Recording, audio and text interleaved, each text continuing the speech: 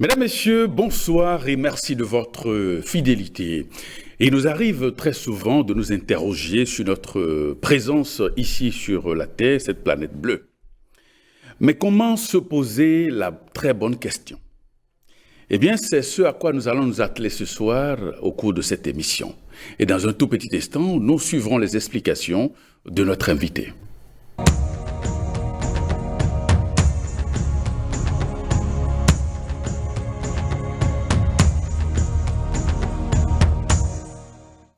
Et nous recevons Hippolyte Fatoumbi. Bonsoir. Bonsoir, Prévert. Vous êtes le président du Suprême Conseil de l'Ordre des Marins-Pêcheurs de l'École transcendentaliste universelle. Et vous résidez en Côte d'Ivoire. Merci de nous faire l'amitié de venir chaque fois dans notre émission. C'est toujours un plaisir. Alors, Monsieur Fatoumbi, pourquoi l'âme humaine fait-elle l'objet de convoitises?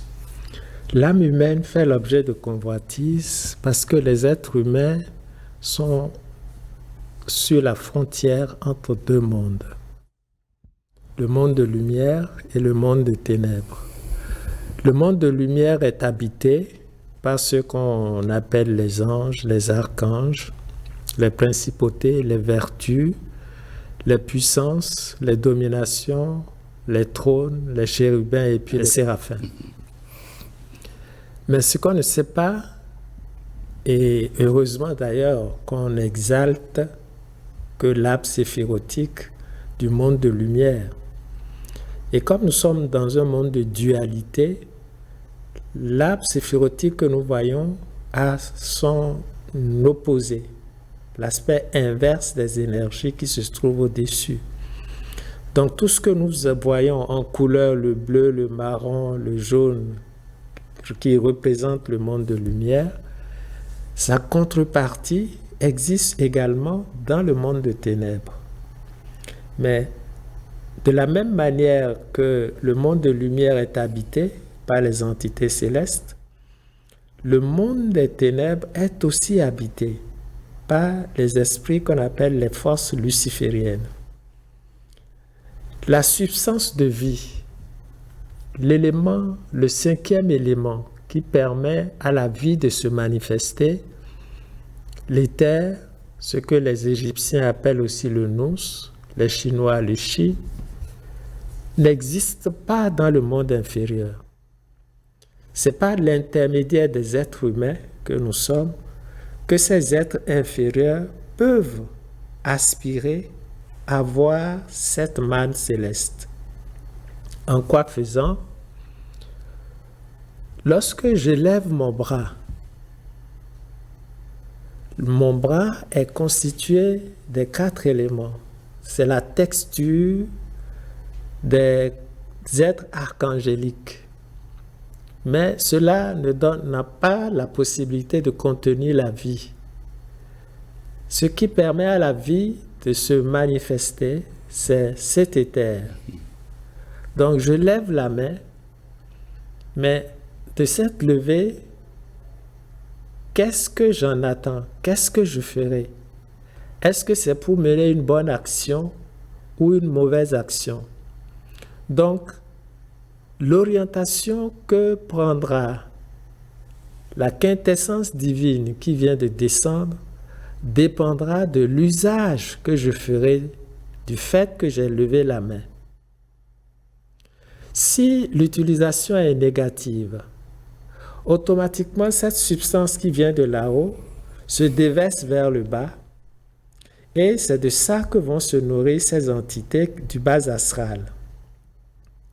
Mais ils sont très reconnaissants parce qu'ils savent de chez qui vient cette manne et ils sont prêts à rendre service à cette personne à partir de la mauvaise utilisation que cette personne a fait de la manne céleste. Lorsque quelqu'un mène une vie qui lui plaît ou ne lui plaît pas, la question qu'il va se poser face à l'épreuve existentielle dépendra de la catégorie d'entités célestes ou du monde inférieur qui viendront à son service. Si la personne vit une situation de pauvreté, par exemple, et que la personne ne se pose pas la bonne question, si la personne se dit « Pourquoi moi? Pourquoi tous les autres sont riches et moi je ne suis pas riche ?»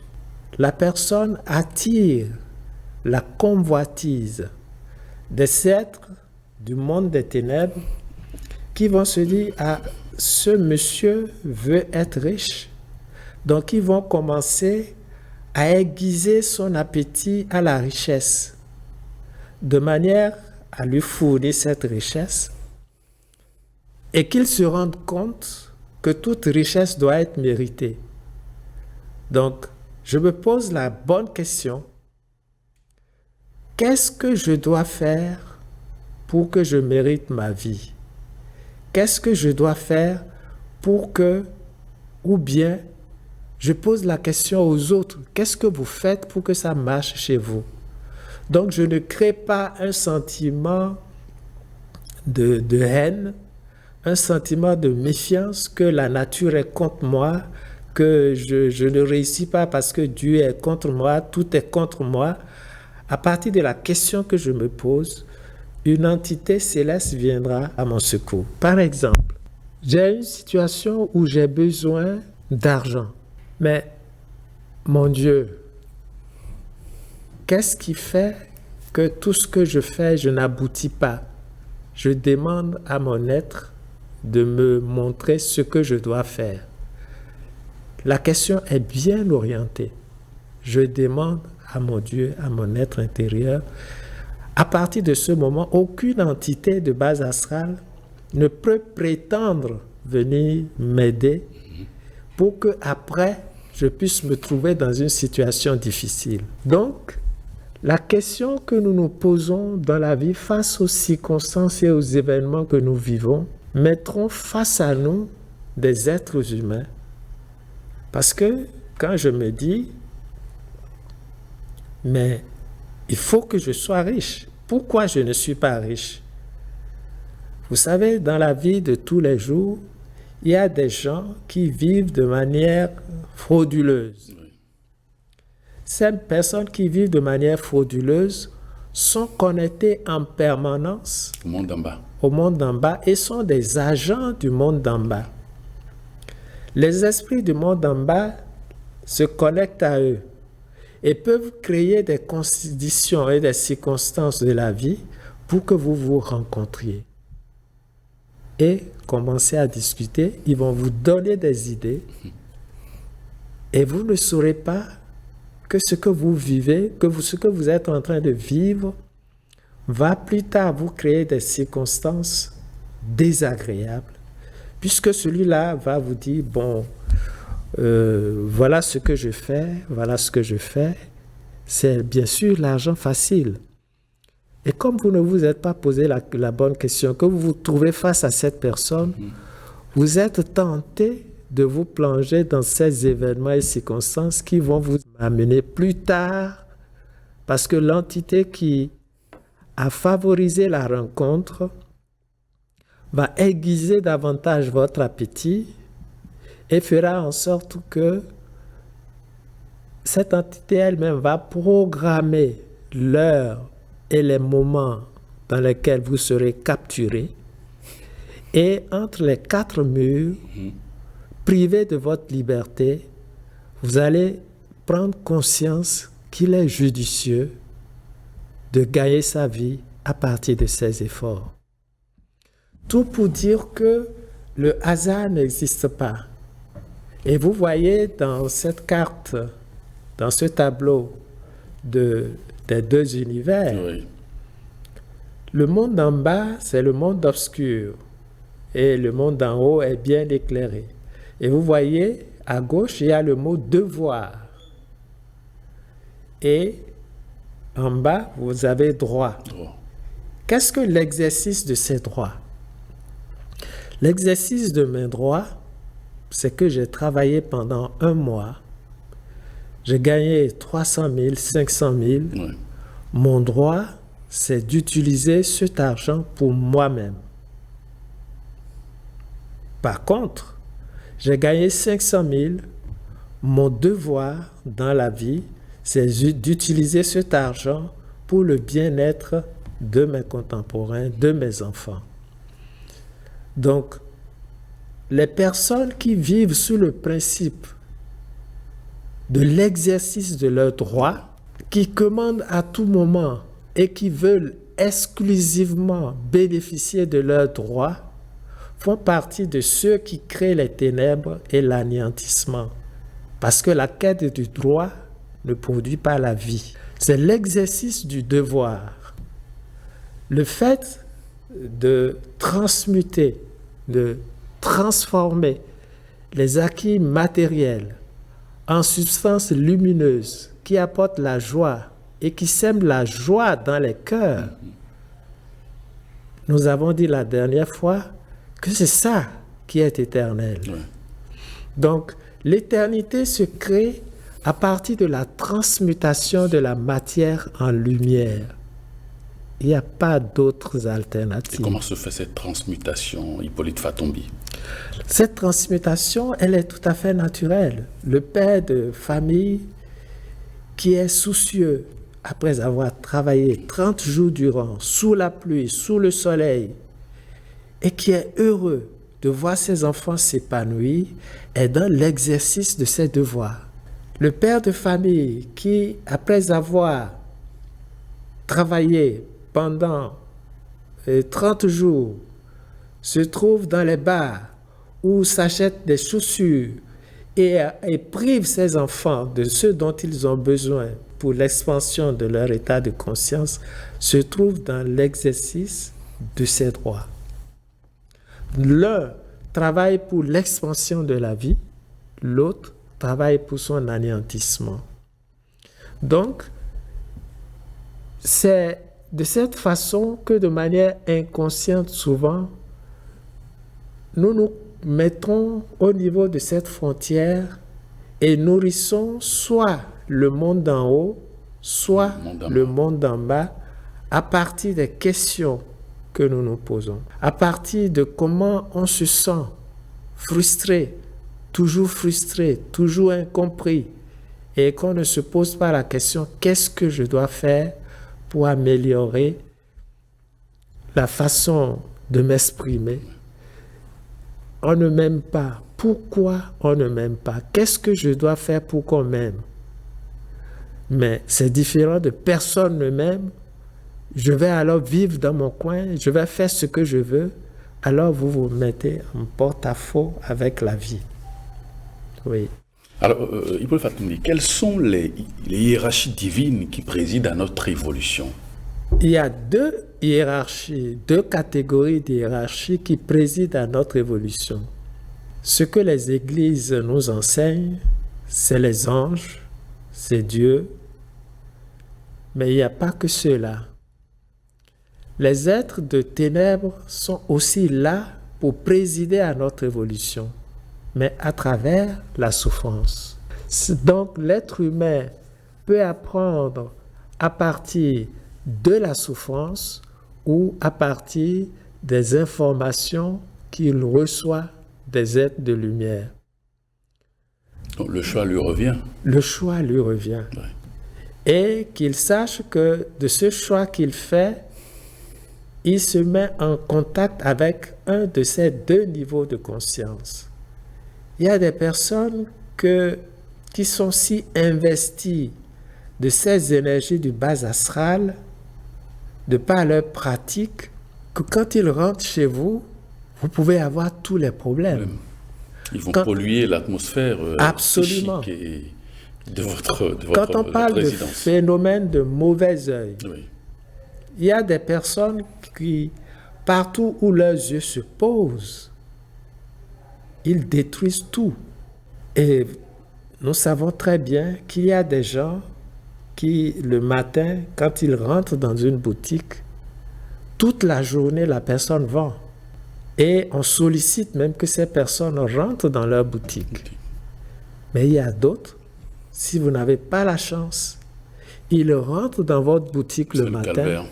Et toute la journée, vous n'avez personne. Donc, ce n'est pas des histoires qu'on raconte. nous sommes des véhicules d'entités. Chacun de nous, là où nous nous trouvons, nous avons derrière nous ou devant nous toute une cohorte d'entités en fonction de leur qualité vibratoire. Donc nos yeux peuvent être des mannes qui apaisent les cœurs et le simple regard parfois peut détruire certaines énergies négatives. Notre seule présence à un carrefour peut éviter un accident. Et lorsque les hôtes célestes qui travaillent pour le progrès de l'humanité commencent à croire en vous, si vous n'êtes plus dans le « je crois en Dieu » et que vous êtes dans le « Dieu croit en moi », les forces célestes peuvent vous utiliser à votre insu pour empêcher un accident qui va arriver dans 15 minutes. Et pour que vous soyez là, et comme vous êtes là, cet accident n'aura plus lieu. Donc quand vous avez déposé votre clé là, et que vous voulez partir, vous êtes pressé, vous cherchez la clé, vous perdez 15 minutes, et vous revenez, et vous vous rendez compte que elle était là. Non, c'est la manière subtile pour que lorsque Dieu commence à croire en vous, on vous place à des situations pour sauver d'autres personnes. Mais ne vous en faites pas. Il y a aussi le contraire, où la présence de certaines personnes peuvent créer la catastrophe. Est-ce que souvent ces personnes-là sont au courant de ces manipulations énergétiques venant du bas astral, ou bien parfois volontairement ces personnes-là vont au contact de ces entités ténébreuses et finalement dans une sorte de pacte sont ligotées?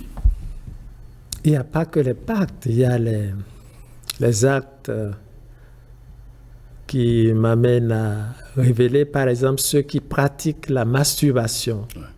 La masturbation est la forme la plus pratiquée qui lie l'individu à des niveaux de base astrale. Parce que des substances qui regorgent de cet éther, il y a en priorité le sperme, le sang, et on a parlé de la salive. Mais le sperme contient tellement de cette substance que lorsque vous versez le sperme par terre, soyez sûr et certain que des entités invisibles raffolent et vous vous connectez et tout peut être bousillé dans votre vie. Des rendez-vous qui ne marchent plus, des gens qui... Quand on parle du péché donnant, le péché de ces petites actions que nous menons et qui nous fait perdre toutes les énergies divines qui descendent du ciel, la masturbation, c'est-à-dire le fait de verser le sperme par terre, fait que l'individu se lie davantage au bas astral. Il y a aussi la pratique de l'immolation des animaux, qui n'est pas faite dans le sens de se nourrir, mais dans l'intention de nourrir une entité créée de toutes pièces par l'être humain, parce que nous sommes des créateurs d'entités. Si tous les jours, sur un morceau de pierre, vous versez du sang tous les matins et que vous martelez le même mot, vous êtes en train de créer une entité égrégorique qui, en fonction du rôle que vous lui avez assigné, peuvent s'octroyer le droit de vous protéger à condition que vous continuez de le nourrir. Mais dès que vous arrêtez de le nourrir, cette entité peut décimer toute la famille.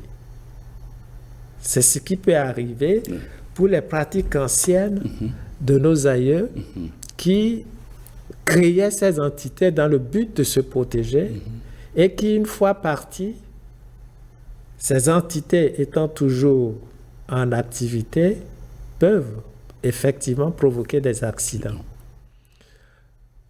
Tout comme, vous voyez les statues de la Vierge Marie, la statue de Saint-Michel, nous professons des bougies avec de belles paroles. Des prières peuvent rendre vivantes ces statues. De telle sorte que lorsque vous avez des soucis, la cristallisation positive de ces énergies venant justement de l'être humain peut être un rempart pour des entités pour défendre effectivement les membres de la famille. Tout ceci pour dire que nous sommes des créateurs, non seulement dans le monde physique, mais aussi dans le monde astral. Et il faudrait que nous prenions conscience de cet état de fait et que si nous devons créer effectivement, que cette création se fasse dans le but de l'entretien et du maintien de la vie. La vie est sacrée et nous sommes venus ici pour faire un travail important. Et il faut que ce travail se fasse en toute conscience et qu'on évite les erreurs inutiles. Deux univers nous observent. Ces deux univers sont habités. Les deux ont besoin de nous. L'univers supérieur angélique a besoin de nous pour que nous grandissions et que nous rentrions dans le monde de la création positive pour que l'univers évolue dans son expansion. L'univers du monde inférieur est aussi habité. Ils ont besoin des petits restes de la mauvaise utilisation que nous recueillons de ces énergies et qui descendent chez eux dans le but de nous enseigner les leçons de la vie par la douleur. Donc c'est à l'être humain de choisir à quel clan il veut appartenir. Donc le plus important dans notre vie, c'est les choix que nous faisons. Les choix que nous faisons à chaque seconde sont capables d'orienter notre vie, soit dans une éternité de souffrance ou dans une éternité de béatitude. Et comme on l'avait dit, il serait important que de cette vie, nous travaillons tellement pour avoir le résultat de plusieurs vies et que nous repartions dans la lumière où nous sommes venus, parce qu'effectivement, nous venons de la lumière. Je vois certaines personnes qui, pour allumer une bougie, par exemple, disent « je suis poussière et je retournerai en poussière ». Non, on n'est pas poussière. Non. On est lumière. Si vous voulez allumer une bougie, dites que je suis lumière et je retournerai dans la lumière. On n'est pas poussière. Le véhicule que nous portons, qui nous a été prêté par les 4 archanges, voudrait voir que de notre petitesse s'irradie une lumière aussi brillante que nous sommes perçus à des années de lumière. Il faudrait qu'en étant vivants, marchant au milieu des hommes, nous commençons à devenir l'espoir sur qui les êtres de lumière posent leur intention pour qu'un jour le monde devienne meilleur. Hippolyte Fatoubi, est-ce que nous pouvons sentir la présence d'entités malfaisantes qui, à notre insu, bien évidemment, viennent polluer nos différents corps subtils et les champs auriques, par exemple? Ah oui, absolument. L'éveil de la sensibilité, d'abord, lorsque vous travaillez beaucoup sur vous-même, il y a des entités de base astrale qui ne peuvent même pas vous approcher au rythme de leur propre désintégration. Tout ceci parce que c'est comme si, étant à un niveau de base astrale, vous approchez. C'est toute une question de résistance, en fait. Vous savez qu'une ampoule peut briller à 25 watts. Absolument. Mais une autre peut briller à 500 watts. Tout à fait. La différence, c'est les qualités de la résistance. C'est ça. Donc, lorsque vous devenez une résistance très forte, il y a des entités qui, en s'approchant de vous, ressentent ça comme une souffrance. Ils font demi-tour. Ils font demi-tour. Et c'est le rôle justement que jouent les encens, les bougies que nous allumons. De la façon dont vous allumez une bougie, vous pouvez lui octroyer la force qui donne à cette bougie la puissance qui fait que son rayonnement ne s'arrête pas seulement dans votre chambre. La bougie que vous venez d'allumer dans votre chambre peut protéger tout le village. Ça dépend de la manière dont vous allez allumer cette bougie. Donc, dire que, est-ce que, par contre, si à longueur de jour chez vous, vous insultez les enfants, ce qui sort de votre bouche tombe directement dans le monde d'en bas. Parce que c'est ça. La parole que je professe, ce que je dis, qu'est-ce que ça fait dans le cœur des autres? Est-ce que ça apaise? Est-ce que ça réconforte? Est-ce que ça soutient dans les épreuves? Ou c'est cette parole que je prononce meurtrit, endurcit les cœurs? Donc ça va directement, puisque vous ne pouvez pas parler si vous ne bénéficiez pas de cette manne qui descend. Mais vous avez utilisé cette manne pour endurcir le cœur d'une autre personne. Donc ça tombe directement dans le monde d'en bas. Évidemment, de façon naturelle, vous serez visité, votre maison sera visitée par les entités du bas astral. Et vous avez dit tout à l'heure que si nous travaillons sur nous-mêmes, comment est-ce qu'on peut travailler sur soi pour vraiment élever, j'allais dire, le taux vibratoire de son être, de son corps? La prise de conscience, à partir de ce que nous sommes en train de dire, je suis avec les enfants qui viennent de faire une mauvaise chose, je m'apprête à les insulter et je m'arrête. Ah non. Et je m'arrête. C'est ça un travail. On m'insulte. D'abord, quand quelqu'un vous insulte et que vous réagissez, vous donnez du pouvoir à cette personne. La personne est en train de vous créer à sa façon. Donc, refusez d'être créé. C'est-à-dire refuser de réagir de la façon dont l'autre le veut. Si tu me parles, par exemple, en m'insultant, et que je réagis, ma réaction est une création de ta part. Mais je refuse d'être créé en refusant d'agir. Là, je travaille sur moi-même.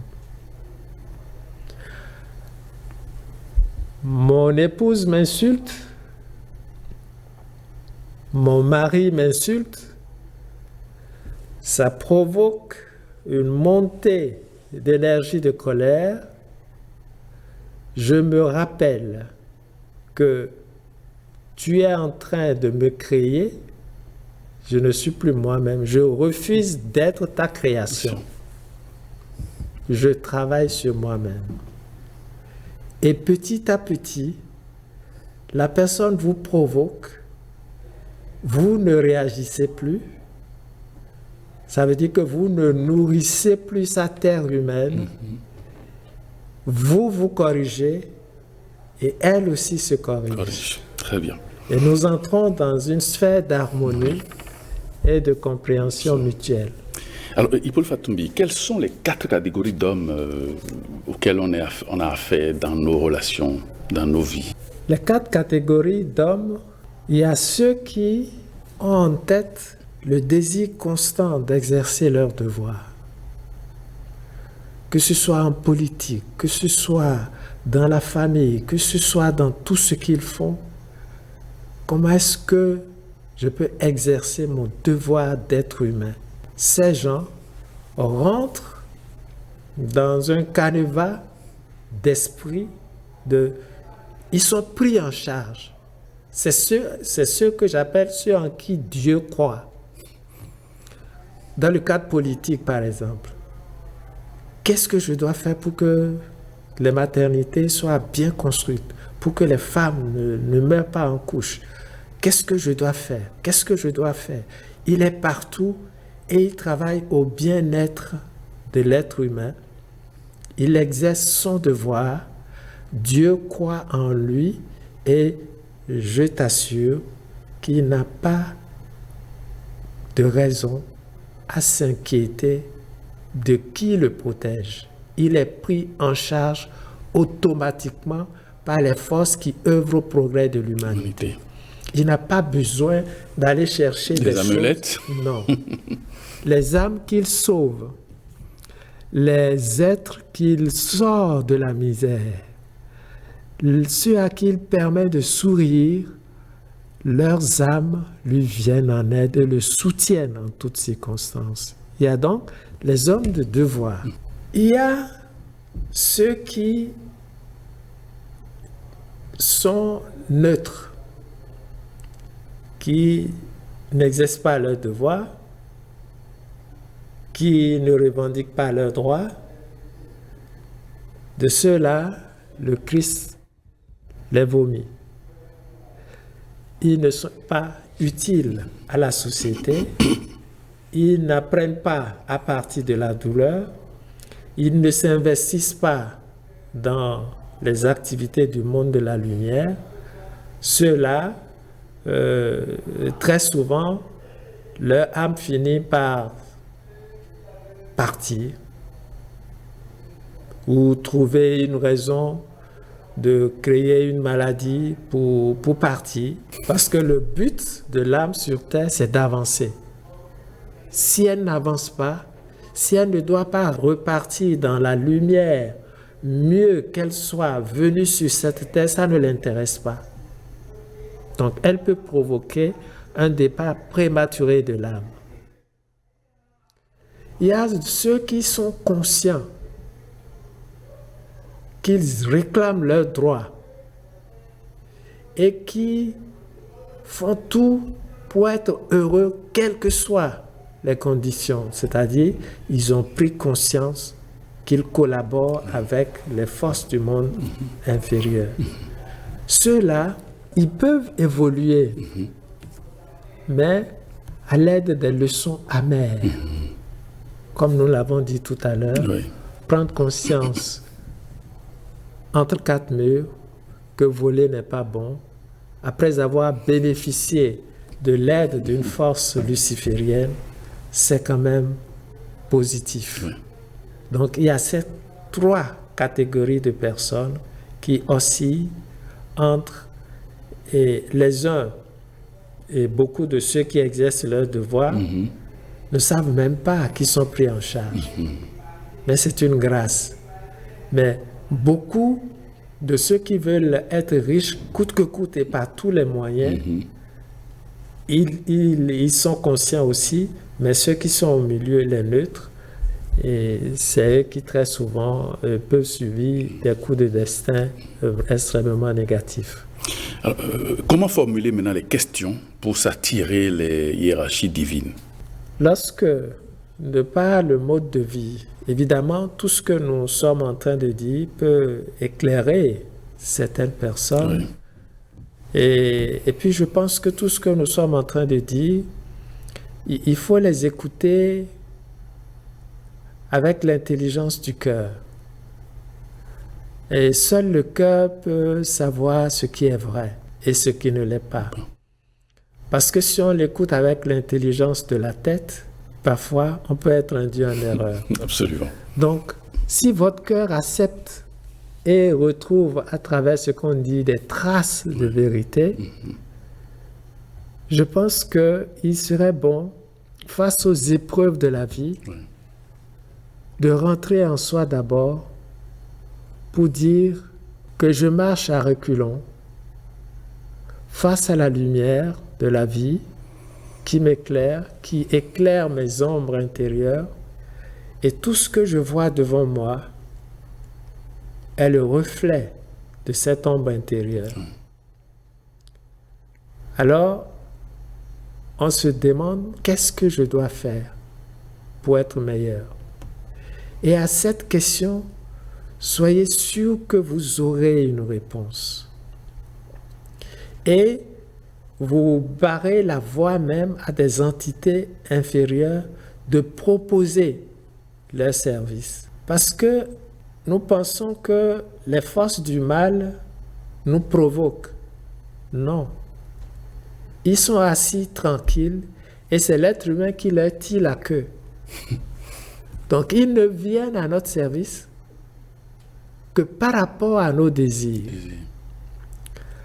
Regardez cette image. Vous voyez deux personnes qui se tiennent la main. Oui. La femme qui est à gauche, l'homme qui est à droite.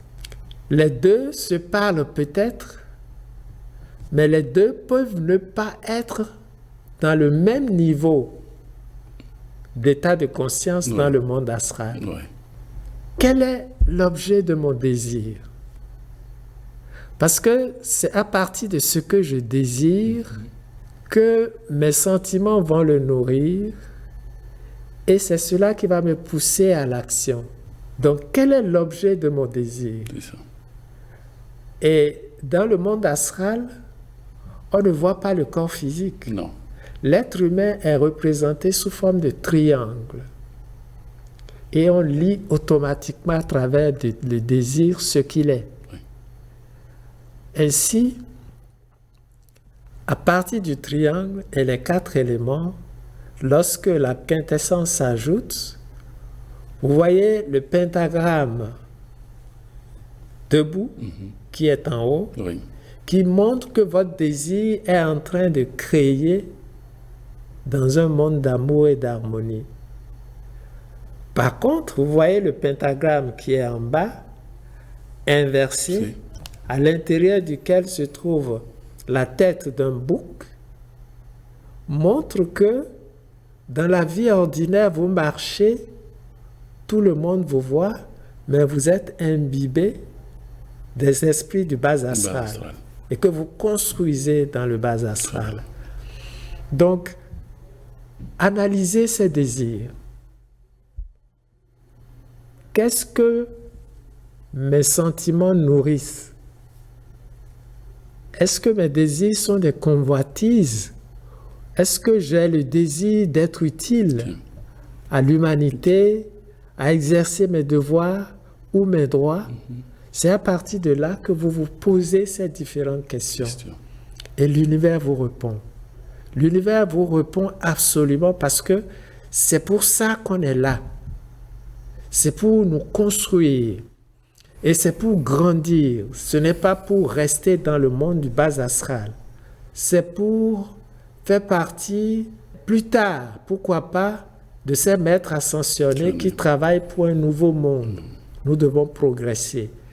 Et nous ne devons pas nous attacher à des forces qui, bien sûr de manière inconsciente, vont nous plonger dans un monde de ténèbres. Alors, Hippolyte, on remarque au niveau des 4 catégories d'hommes, la formulation des questions, c'est pas la même réalité, c'est pas la même chose. Non, c'est pas la même. Chacun formule les questions suivant son ressenti et son niveau d'évolution.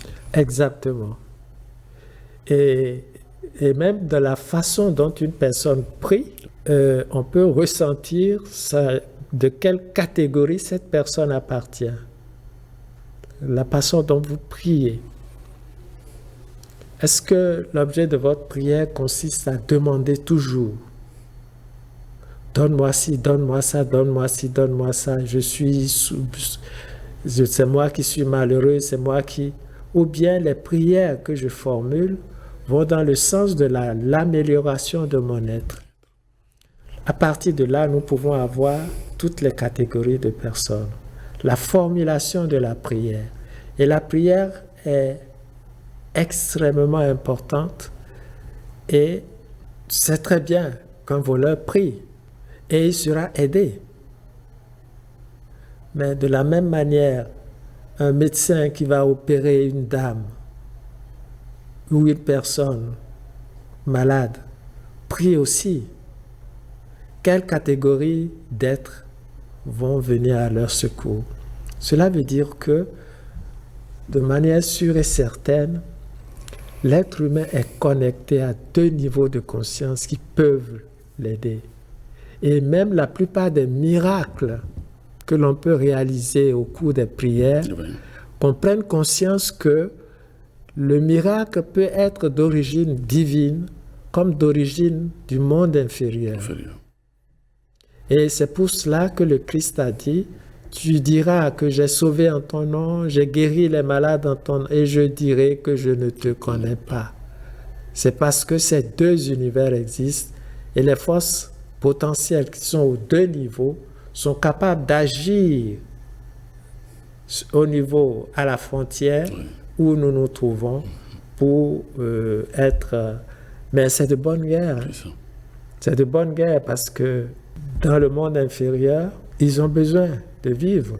Il faut que cette manne descende. Très bien. Donc, mais ce que nous disons, c'est pour ne pas être des jouets aux mains de ces forces. Donc, je pense qu'à chacun d'écouter son cœur et de sentir si ce qu'il entend peut être vrai et si ça peut lui être utile. Alors, Hippolyte Fatombi, comment faire pour que les entités néfastes ne viennent pas envahir nos différents corps subtils à notre insu? D'abord, lorsque nous prions et que la prière est bien orientée, comme nous venons de le dire, automatiquement, vous pouvez être sûr, au début, on peut ne pas le sentir, vous pouvez être sûr que vous êtes assisté. On regarde autour de toi, une multitude d'entités célestes qui t'entourent et qui président à ton évolution. Donc, des requêtes, des prières qu'on leur adresse, ils nous aident, même si très souvent, on ne voit pas la réalisation de manière immédiate, parce qu'il y a beaucoup de choses à enlever, à toiletter, avant que ceci ne devienne réalité.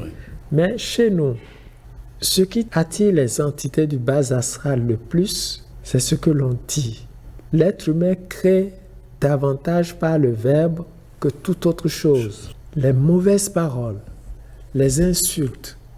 Il y a des parents qui maudissent leurs enfants. Et ces malédictions cristallisent des forces dans leur maison. Il y a des parents qui disent « Moi, j'ai souffert toute ma vie, toi aussi tu dois souffrir. » Ça, c'est une malédiction. Parce que l'évolution consiste à dire « Moi, j'ai eu du mal à réussir, mais mes enfants doivent faire mieux que moi. » Nous devons faciliter leurs conditions de vie. Si toi, tu as souffert et que à ton tour, ton enfant continue de souffrir, où est l'évolution? Que tu as échoué. Et la prise de conscience nous amène à dire que tu te prépares un avenir difficile. Parce que des enfants que tu as mis au monde, si tu dois revenir dans une autre incarnation, ceux qui peuvent te prêter leur terre humaine pour te faire venir sur la terre, ce sont tes enfants. Ce sont ceux que tu as aimés. Ce sont ceux sur qui tu as investi. Mais si tu n'as investi sur personne, si tu n'as pas allégé la vie de quelqu'un, ça veut dire que quand tu reviendras, que l'on croit ou non à la réincarnation, pour venir sur terre, nous avons vu que ce n'est pas facile. Non. Il y a des êtres que personne ne veut faire venir. Il y a des âmes errantes qui attendent, qui ne trouvent pas de corps, de famille pour venir. Il y a des âmes errantes qui vont partout pour venir sur terre il n'y a personne pour les faire venir. Et quand elles trouvent une situation de précarité, c'est-à-dire une jeune fille qui ne veut pas avoir d'enfant, Oui. ils peuvent se loger dans cette femme-là, dans l'incertitude de pouvoir réellement vivre. Oui. Donc, or, il y a d'autres, il y a des multitudes d'êtres humains qui souhaiteraient les faire venir. Oui. Donc, il faut faire envie. Envie, ça veut dire beaucoup de choses. Oui. Il faut faire envie parce qu'on a donné vie. Oui. C'est différent du désir. Oui. Alors, Monsieur Fakundi, quel est l'objectif de notre preuve ici-bas? Rejoindre le monde de la lumière ou bien choisir d'aller où on veut? Venir sur Terre, Oui. c'est clair, c'est pour un perfectionnement. Et le caractère qui fait que très souvent ça devient périlleux, Oui. c'est que nous arrivions et que cet objectif ne soit pas atteint. De 50% de pureté, vous venez sur Terre dans l'espoir d'être au moins à 70% et vous repartez après à 30% de pureté. C'est un échec de vie. C'est là le caractère périlleux. Donc, mais il arrive un moment où l'univers s'associe pour nous guider. Et il y a des gens qui vont tomber sur cette émission, ils vont dire que c'est par hasard, mais ce n'est pas un hasard. Alors, lorsque vous arrivez dans ce monde, comme vous le dites, et que, bon, vous menez la vie qui vous plaît, vous allez à gauche, à droite, vous faites n'importe quoi, et qu'à un moment donné, vous décidez, vous prenez conscience de changer la vie. Est-ce que vous pouvez changer votre cours de vie? Vous pouvez apporter un plus, une plus-value à votre vie? Absolument. Et toutes les forces de l'univers chanteront Alléluia. Dès que l'on prend conscience. Oui, pour vous aider. Oui. Toutes les forces de l'univers vous aideront par tous les moyens. Et c'est là le rôle de la prière. Je veux changer. Aidez-moi. J'ai fait beaucoup d'erreurs et tout le monde en fait. Dieu seul sait que tout le monde en fait. Je veux maintenant m'orienter dans le sens du bien. Prenez-moi par la main. Et vous demandez de l'aide. On va vous aider. Les événements changent. Les circonstances changent. Les rencontres changent.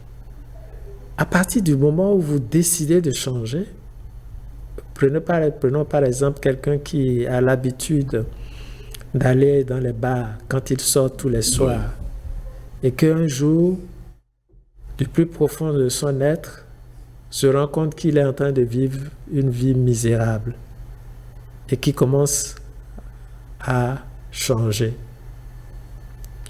Automatiquement, il sera pris en charge. La première des choses que les hiérarchies divines vont faire, c'est de l'éloigner de ses amis avec qui tous les soirs à 18h, ils se rencontrent. Mais ne vous en faites pas. Les entités du bas astral aussi entrent dans la danse pour ne pas vous laisser partir. Voilà pourquoi c'est un combat entre les deux univers. Mais si nous maintenons la ferme décision de quitter cet univers, on nous aide. Parce qu'il est de l'intérêt des hiérarchies divines de nous aider. Il est de leur intérêt de nous donner un coup de main et puis on nous sort de cette situation déplorable. Mais c'est après, il y en a qui prennent cette décision-là, cette volonté, et puis comme vous l'aviez dit, de l'autre côté, il y a les forces de gauche qui ne veulent pas vous lâcher, qui s'accrochent, et finalement vous rechutez. Et comment on fait en ce moment-là? Je connais quelqu'un qui, à force de se masturber, par exemple, on prend cet exemple, et quand vous le voyez debout, il est devenu maigre. Il a nourri ses entités de base astrale telles qu'il ne peut pas passer une journée ou deux sans la pratique. Et On lui a conseillé la prière, la privation volontaire. À force de prier, et puisqu'il a pris conscience, ça le fatigue. Mais ça n'a pas été facile, mais il s'en est sorti. Il s'en est sorti. Ça veut dire que celui qui est alcoolique peut s'en sortir. Celui qui fait des pratiques malsaines peut s'en sortir. Celui qui mène une vie de débauche, même le voleur peut s'en sortir, sans attendre l'épreuve difficile pour s'en sortir. Donc, il y a une phase pour commettre des erreurs. Il y a un moment pour mettre halte. Et vous ne pouvez pas vous en sortir si vous ne demandez pas l'aide du ciel. Parce que nous sommes dans un univers où la convoitise des deux mondes, nous sommes désirés par les deux mondes. Le monde d'en haut comme le monde d'en bas. Mais beaucoup plus par le monde d'en bas. Et ce n'est que par la prière, le jeûne, la prise de conscience, les œuvres, la pratique de la charité, que petit à petit, on sort de ce monde lugubre pour se hisser dans le monde de la lumière et faire partie de ceux qui donnent espoir au monde. Merci Hippolyte Fatombi. Je rappelle que vous êtes le président du Conseil suprême de l'Ordre des marins pêcheurs de l'École transcendentaliste universelle. Vous résidez en Côte d'Ivoire. Et merci de nous offrir l'occasion de nous replonger dans ces connaissances, dans ce monde, dans ces enseignements qui, je l'espère, vont aider nos téléspectateurs à porter notre regard sur leur vie. Il faut qu'ils écoutent leur cœur. Merci beaucoup, merci Hippolyte Fatombi. Amis téléspectateurs, merci de nous avoir suivis et à très très bientôt.